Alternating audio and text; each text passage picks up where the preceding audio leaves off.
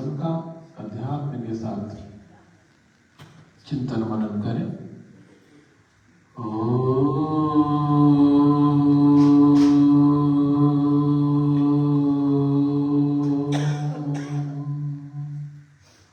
गुरुर्ब्रह्मा गुरुर्विष्णु गुरुर्देवो महेश्वरः गुरुर्साक्षात् परं ब्रह्म तस्मै श्री गुरुवे नमः। अतुलितबलधामं हेमशैलाभदेहं धनुजवन कृशानं ज्ञानिनमग्रगण्यं सकलगुणनिधानं वानराणामधीशं रघुपतप्रियभक्तं वातजातं नमामि। नीलाम्बुजस्य मलकोमलाङ्गं सीतासमारोपितवामभागं पाणौ महासायकचारुचापं नमामि रामं रघुवंशनाथम्। ॐ विश्वानिदेव सवितरदुरितानि परासुः यद्भद्रं तन्यासुः। ॐ शान्ति शान्ति शान्तिः। अखंड कोटि ब्रह्मांड नायक करुणानिधान भगवान के श्री चरणारविंद में कोटिशः वंदन करते हुए आज के इस पावन सत्संग पर उपस्थित सभी प्रभु प्रेमियों को बहुत बहुत आशीर्वाद, बहुत बहुत मंगल कामना।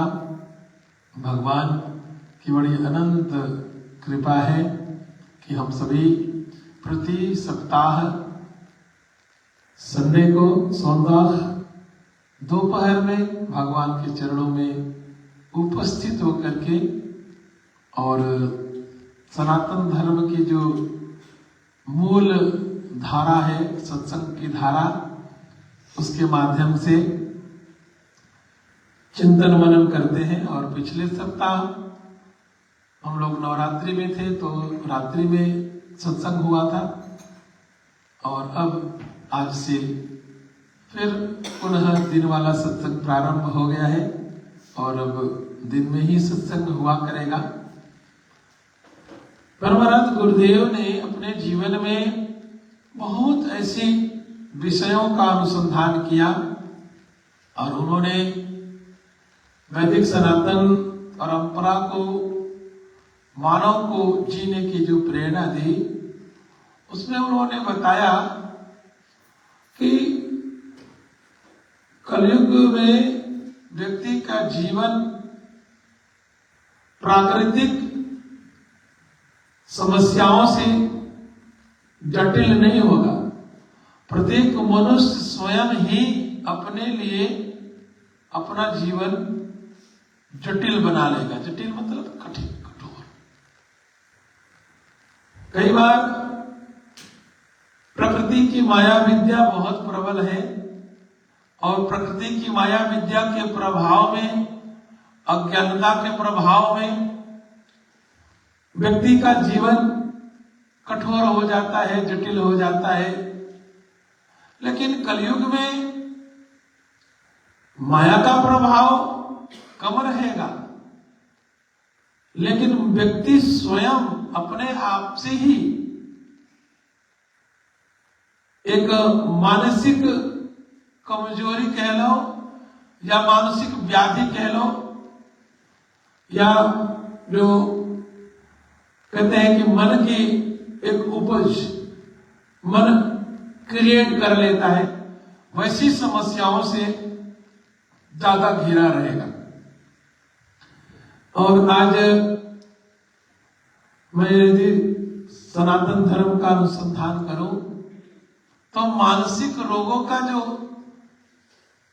साधन है संजीवनी बूटी, मानसिक रोगों का कोई अगर दवा है सनातन धर्म में, मानसिक रोग की दवा, मानसिक रोग की दवा जो है वो हमारा स्पिरिचुअल साइंस है। स्पिरिचुअल साइंस सिर्फ शब्दों में नहीं, हमारा आध्यात्मिक विज्ञान सिर्फ शब्दों में नहीं, प्रैक्टिकल। अभी आज किसी भक्त के परिवार के यहाँ सत्यनारायण भगवान की कथा के बाद हम लोग हवन कर रहे थे। काफी लगभग 50 के करीब पूरा परिवार, सारे उनके सगे संबंधी, इष्ट मित्र एकत्रित थे। तो उन्हीं में से सबकी, हम तो जहां जाते हैं तो हम तो कहते हैं कि आप लोगों की कोई जिज्ञासा है, बड़े कहते हैं कि आवश्यक माना जाता है। तो गुरुदेव से भी लोग समय समय पर प्रश्न करते थे और तो लोगों ने प्रश्न किया, क्योंकि कुछ लोगों ने यज्ञ में भाग लिया तो कुछ लोगों के लिए यज्ञ करना एक बड़ा एक नया सा था, क्योंकि प्रायः लोग यज्ञ नहीं करते, पर प्रायः लोग पूजा में चले गए, सत्संग में चले गए।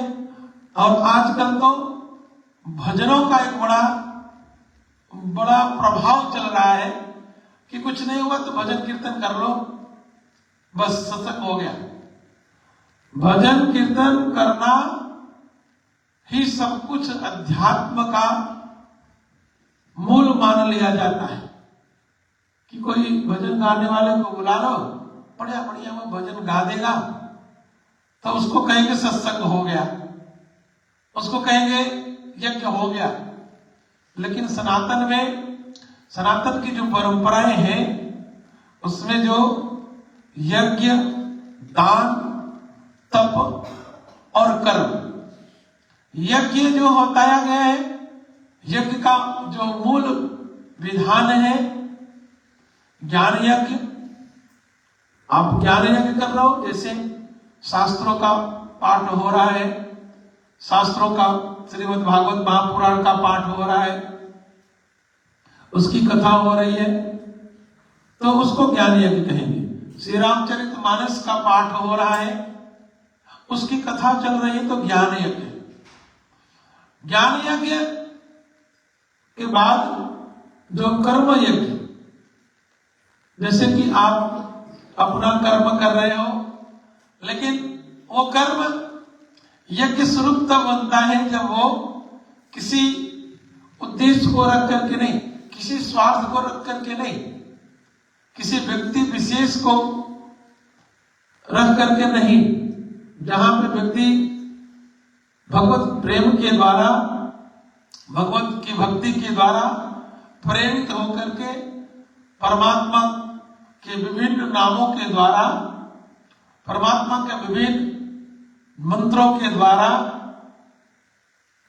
अग्नि को माध्य बना करके साकल और अन्य वैदिक औषधियों के माध्यम से अग्नि में आहुति देता है, तो वो कर्म, वो यज्ञ एक विशेष प्रभाव डालता है। तो व्यक्ति ने वही प्रश्न किया कि यज्ञ का प्रभाव इतना ज्यादा, इतने जल्दी, इतने कम समय में प्रभावशाली क्यों होता है? तो जब आप वाणी से यज्ञ कर रहे हो, जब आप शास्त्र के पठन पाठन रूपी यज्ञ कर रहे हो, और जब मूल यज्ञ की जो धारा है जिसमें अग्नि जला करके वैदिक बीज मंत्रों के माध्यम से आप आहुति डाल रहे हो, वो यज्ञ सबसे ज्यादा प्रभावशाली होता है। उस मंत्र में अग्नि के माध्यम से जो मंत्र में बोल करके हम मंत्र के द्वारा आहुति देते हैं, उसमें एक हाईली फ्रीक्वेंसी, एक हाईली वाइब्रेशंस क्रिएट होती है जो मानसिक रोगियों के लिए, ध्यान से सुनना, जो मानसिक समस्याओं के लिए, जो जिस व्यक्ति की मानसिक वीकनेस है, मानसिक विकृतियां हैं, मानसिक रोग है, उनके लिए बहुत ज्यादा हीलिंग का काम करती है। घर में दो व्यक्ति रहते हैं, अब दो व्यक्ति दो प्रकार से जीवन जी रहा है, और आपके दो बच्चे हो गए, तो दोनों बच्चे भी अपने मर्जी से जिएंगे, अपनी मर्जी से खाएंगे, अपनी मर्जी से सोएंगे, अपनी मर्जी से जागेंगे, अपनी मर्जी का खाना खाएंगे। कितना आप कर लोगे जबरदस्ती?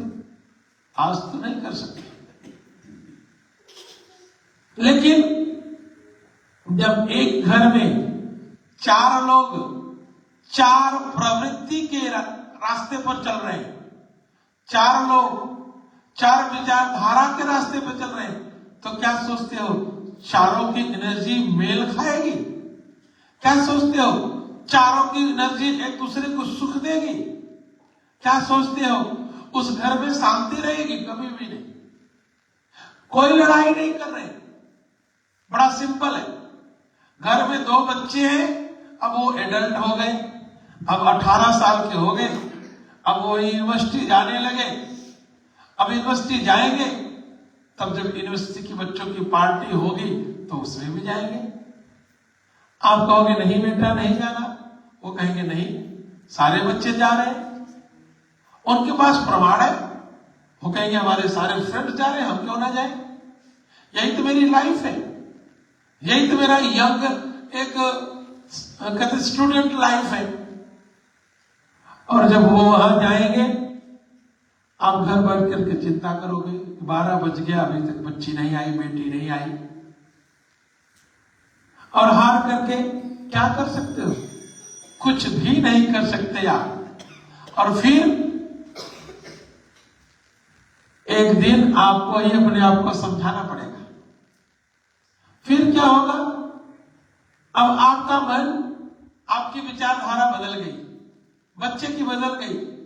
अब घर में दो एनर्जी आपस में टकरा रही है, दो विचारधारा के लोग दो सोच को अंदर ही अंदर सोच रहे हैं। मैं आपको बताऊं, कई बार जरूरत नहीं होता कि हम अपनी वाणी से लड़ाई करें। कई बार बिना लड़ाई किए हमारी अंदर की एनर्जी इतनी स्ट्रांग होती है कि हम वो सोच रहे हैं और दूसरा वाला वो सोच रहा है, तो इतनी ज्यादा नेगेटिव एनर्जी हायर हो जाती है कि वहां पे आपस में लोगों को ना जीना बहुत मुश्किल होता है। और ये इस एनर्जी की संख्या बहुत तेजी से बढ़ रही है। आज हम किसी भी घर में जाते हैं तो पता लगता है, जैसे कि वहां की वाइब्रेशंस जब हमारे शरीर को, बॉडी को टच करती है, तो वो फील होता है कि इस घर में कितनी एनर्जी है, इस घर में कैसे लोग रहते हैं, क्या ये लोग खुश हैं कि नहीं है, या नहीं है तो रीजंस क्या है। कई बार लोग घर में रह रहे हैं, पति पत्नी रह रहे हैं, लेकिन अंदर से दोनों खुश नहीं है। वो उसको कुछ नहीं बोल सकता, उसको कुछ नहीं बोल सकता, लेकिन अब मजबूरी है, साथ में रहना है तो रह रहे हैं, लेकिन वो जीवन का सही स्वरूप नहीं है।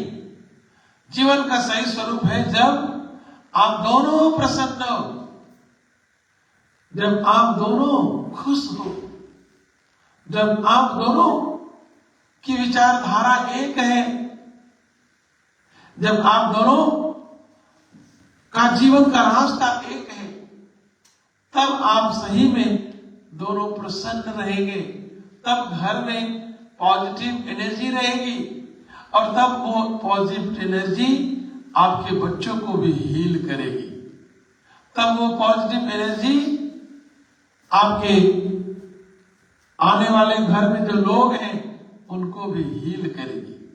बट ऐसा अब बहुत कम हो रहा है।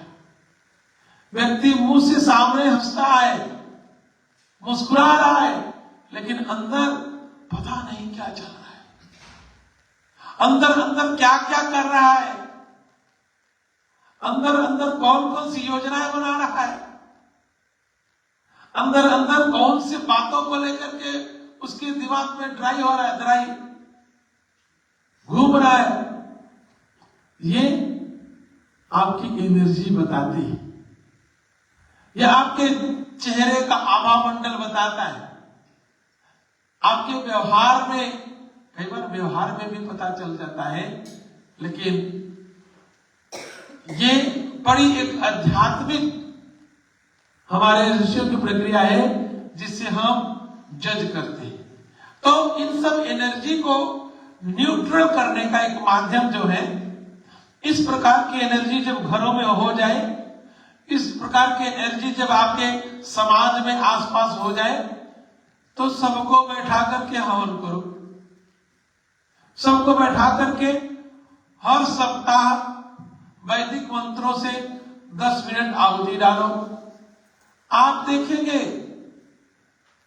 कि प्रति हर सप्ताह करने से 10-15 मिनट की ये यज्ञ की प्रक्रिया करने से सबके अंदर जो नेगेटिव एनर्जी पैदा हो रही हो भस्म हो जाएगी। इसी कारण तो हमारे ऋषियों ने यज्ञ, अग्निहोत्र, याज्ञिक कर्म और प्रतिदिन यज्ञ की प्रक्रिया रखी अपने जीवन में। वो सुबह उठ करके नित्य क्रिया करके संध्या वंदन के बाद प्रत्येक गुरुकुल में, प्रत्येक आश्रम में यज्ञ हुआ करता था। यज्ञ इसलिए होता था कि यज्ञ से वो पूरे आसपास के वातावरण को हील करते थे।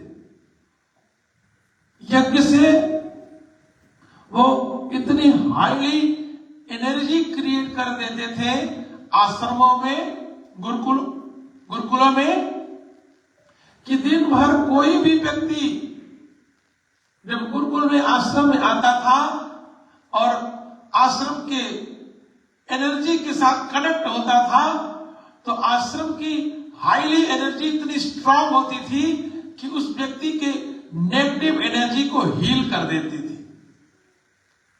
इसीलिए तो हमारे यहां वैदिक काल से आश्रमों की प्रथा चली।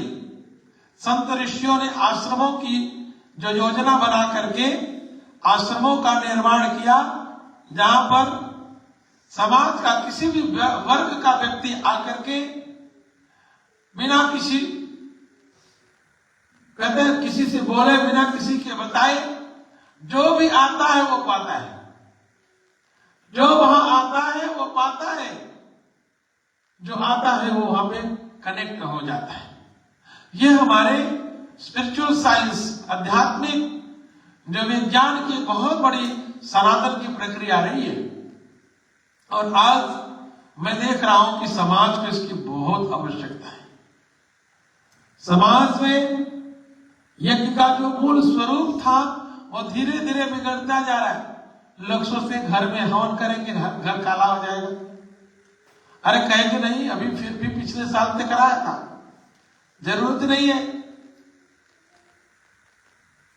तो अब घर में यज्ञ करते नहीं, ये कारण है। दूसरा लोग और कारण बताएंगे, भाई अलार्म बज जाएगा, पड़ोसी नहीं लाइक करता, फिर का बहुत सारी प्रॉब्लम्स हैं।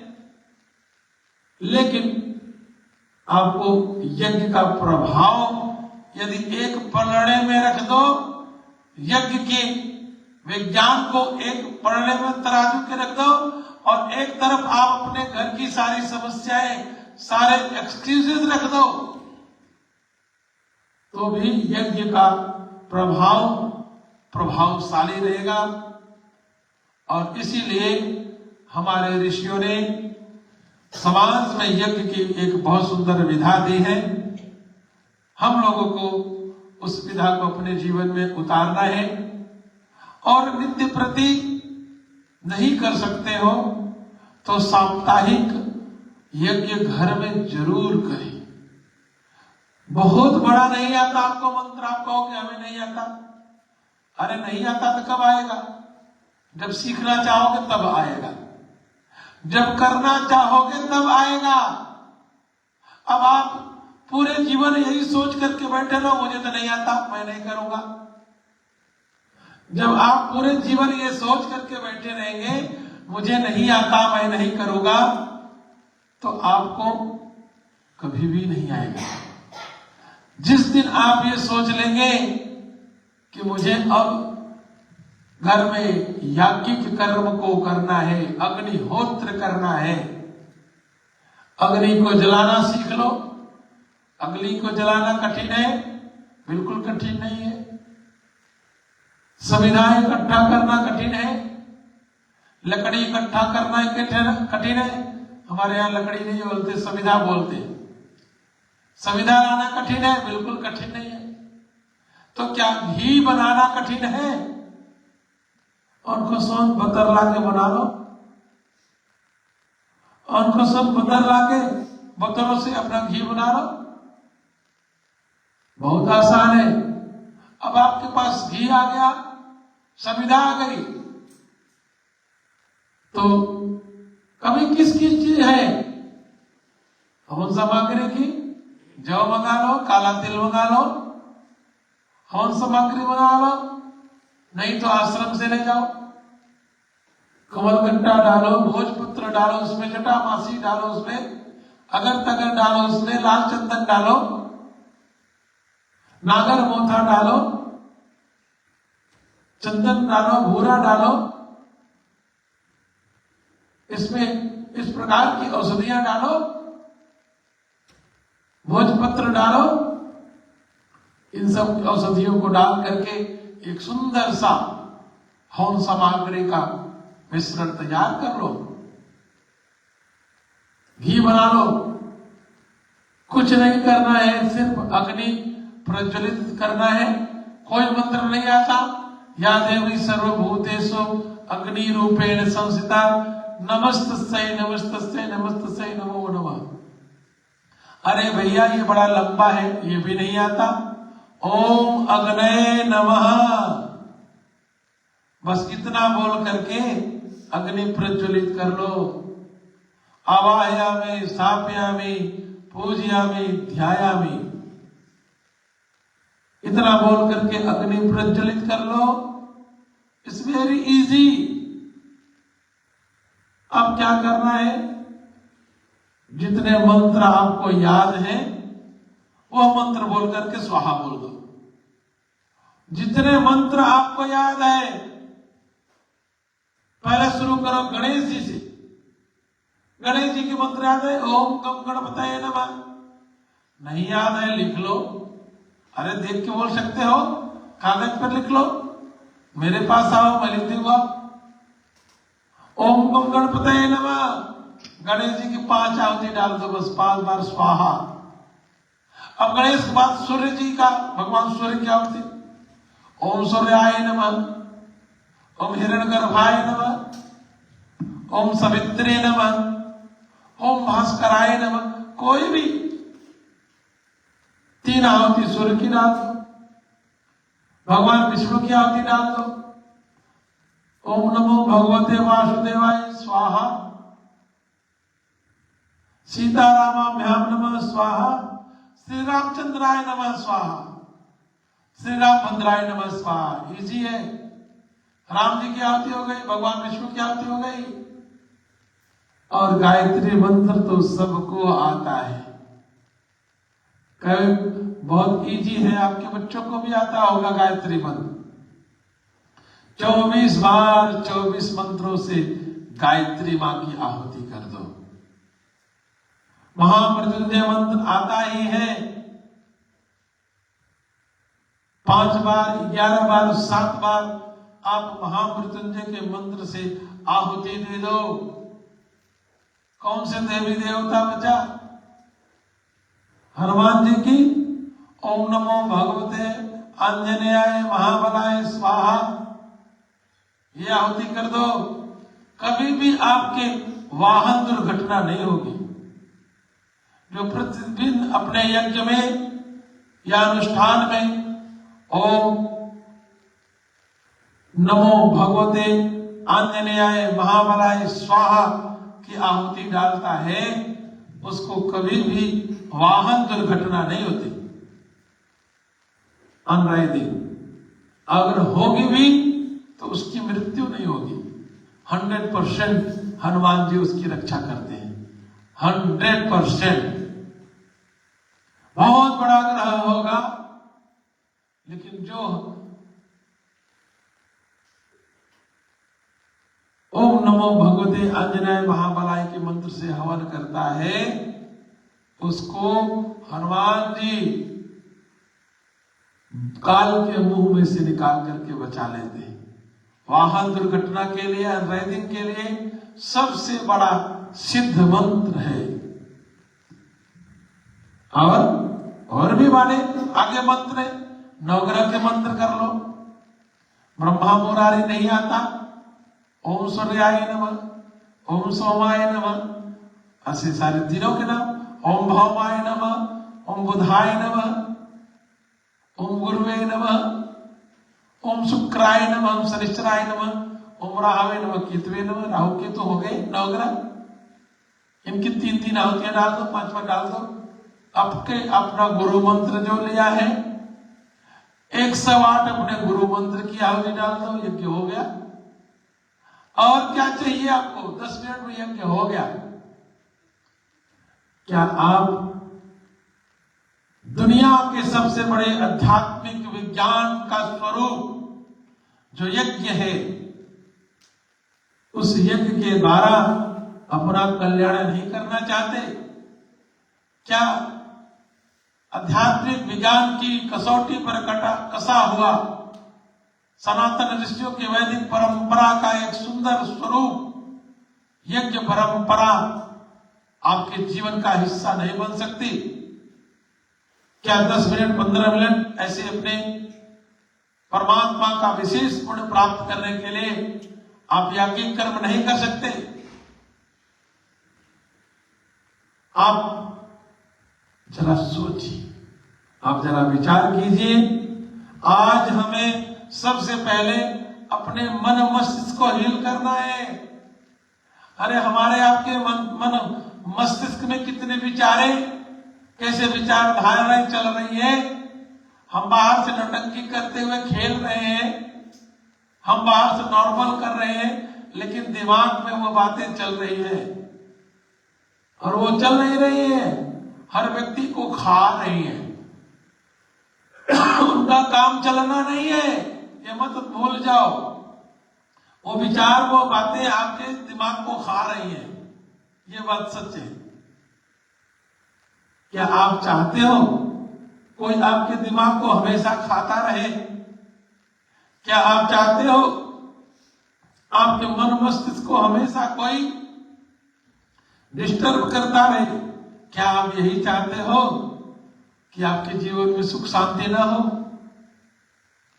इसलिए आपको अपने जीवन की गहराई को, सनातन धर्म के, सनातन विचारधारा की गहराई को समझना है।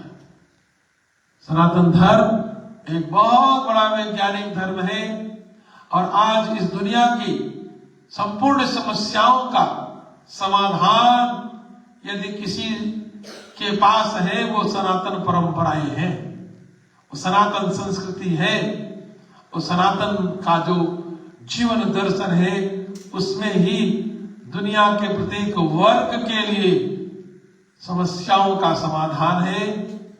और आज हम सभी इन सभी समस्याओं का समाधान करने के लिए अपने आध्यात्मिक जगत की ओर बढ़े, आध्यात्मिक अनुष्ठान की ओर बढ़े, आध्यात्मिक प्रक्रियाओं का पालन करें, और नियमित रूप से अपने जीवन में सत्संग का एक सुंदर स्वरूप पैदा करें, और नियमित रूप से भगवान के चरणों में आने का भी संकल्प पैदा करें, और नियमित रूप से सत्संग में जाकर के सत्संग के विचारधारा को शास्त्रों के विचारधारा के साथ जोड़ करके उसका प्रमाण आंखों से अपने देख करके तब आप अपने जीवन में आगे बढ़ेंगे और जीवन को सुंदर बनाएंगे। एक बार सभी भक्तों के लिए बहुत बहुत शुभकामना, बहुत बहुत मैं मंगल कामना देता हूं। और पुनः अभी शायद कुछ सप्ताह भारत जाना नहीं हो पाएगा, इधर ही रहूंगा, नीदरलैंड रहूंगा, यूरोप में ही। तो जैसा भी समय रहा तो फिर मिलेंगे, फिर चर्चा करेंगे, लेकिन अंतिम बात जरूर ध्यान रखना है, आओ मिलकर के सनातन की ओर चले, आओ मिलकर के सनातन संस्कृति को जिए, आओ सनातन परंपराओं को अपने जीवन में जी करके अपना सुंदर जीवन बनाए और अपने सुंदर समाज का निर्माण करें, जिससे एक सुंदर राष्ट्र के निर्माण में हमारा बहुत बड़ा अहम योगदान होगा। इन्हीं शब्दों के साथ सभी भक्तों के लिए बहुत बहुत शुभकामना, मंगल कामना। हरि ओम तस्य। आइए आरती करते हैं, हम सभी खड़े हो जाएंगे। ओम नमो भगवते वासुदेवाय। ओम नमो भगवते वासुदेवाय। ओम नमो भगवते वासुदेवाय।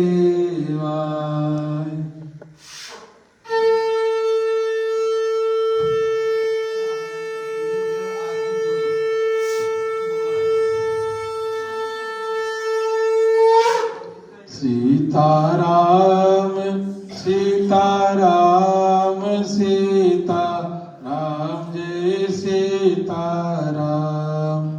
राधे श्याम राधे श्याम राधे श्याम जय राधे श्याम।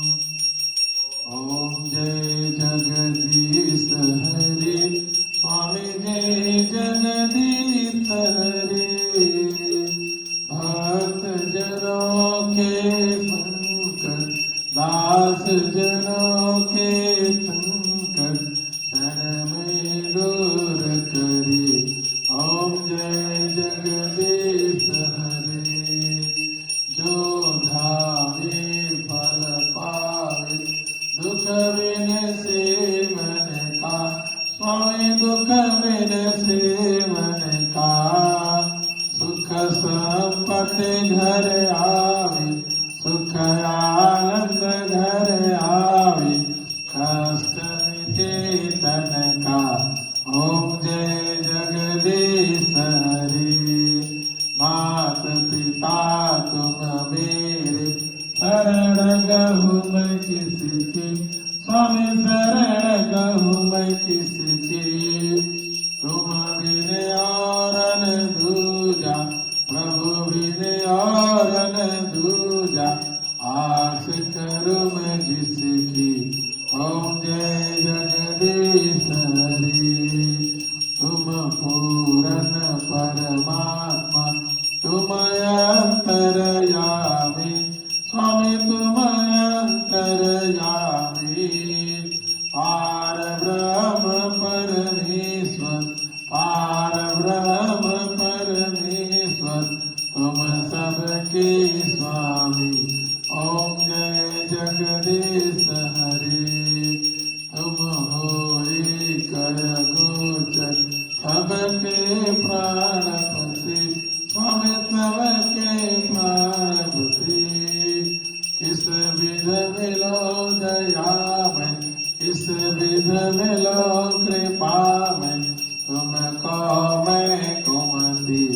ओम जय जगदीश हरे। दीन बंधु दुख हरता ठाकुर तुम मेरे। स्वामी रक्षक आप मेरे।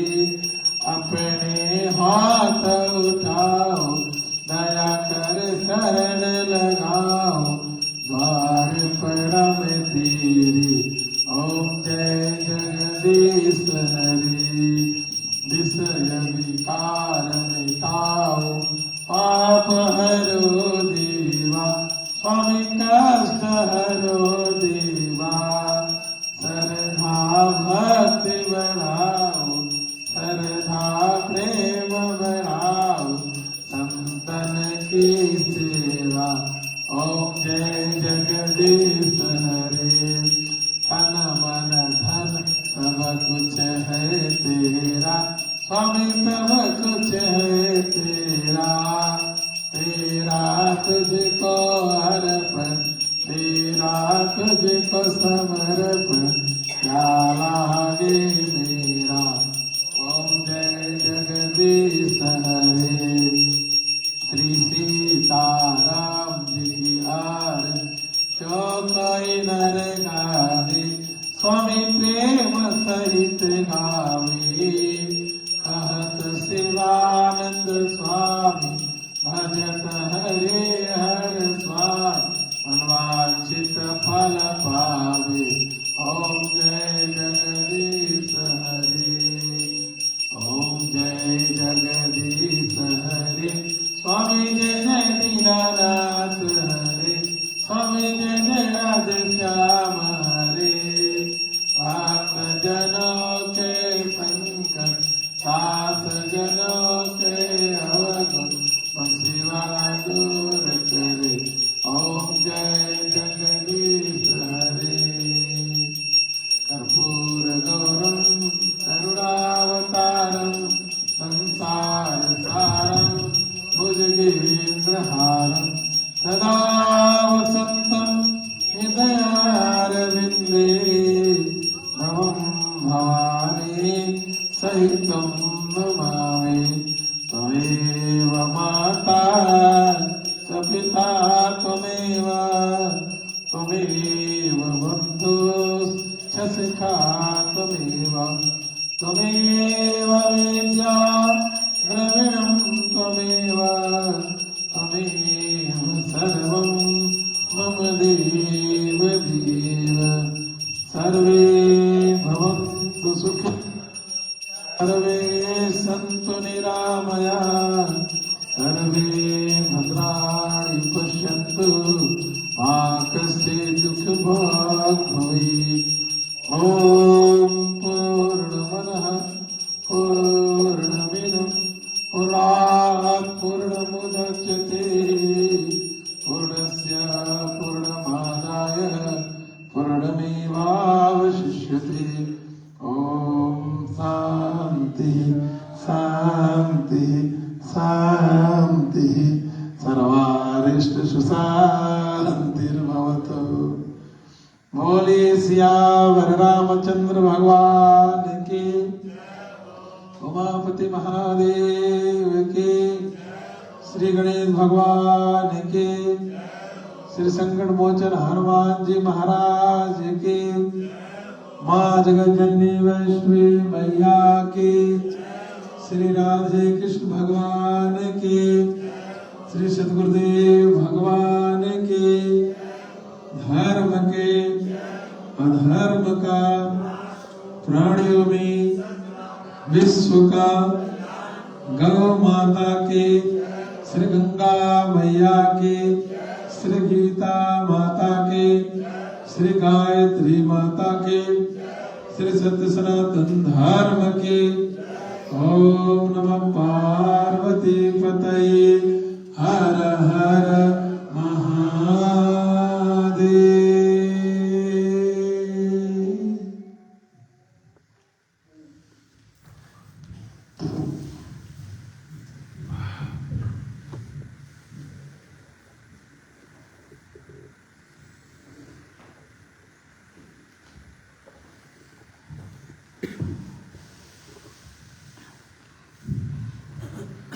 आइए संध्या वंदन करते हुए हम लोग पूर्ण वेला में श्री राम जी के चरणों का ध्यान करें और श्री राम जी की स्तुति।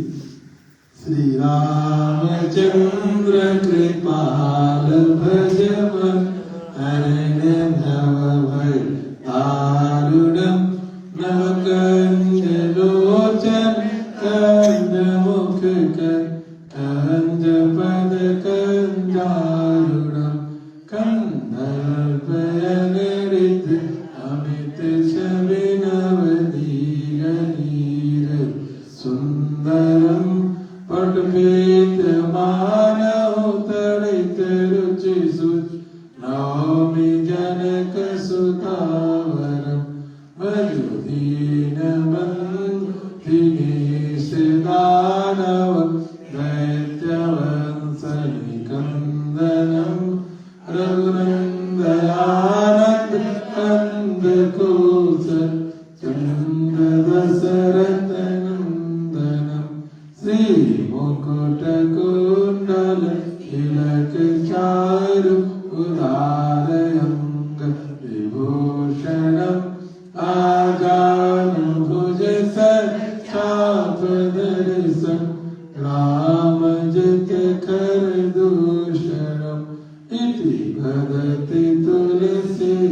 दास शंकर शेष मुनि रंजनम मम हृदय कंज निवास कुरु का मादिखल दल गंजनम मनुराहि राजो एलहि सोवर सहज सुंदर सावरो करुणा निधान सुजान शील स्नेह जानत रावरो हे भाति गौरी शीस सुन से सहित हर सिद्ध हरे तुलसी भवानी पूज पुनि पुनि मुदित मन मंदिर चली जान गौरी अनुकूल सियहि हर सुन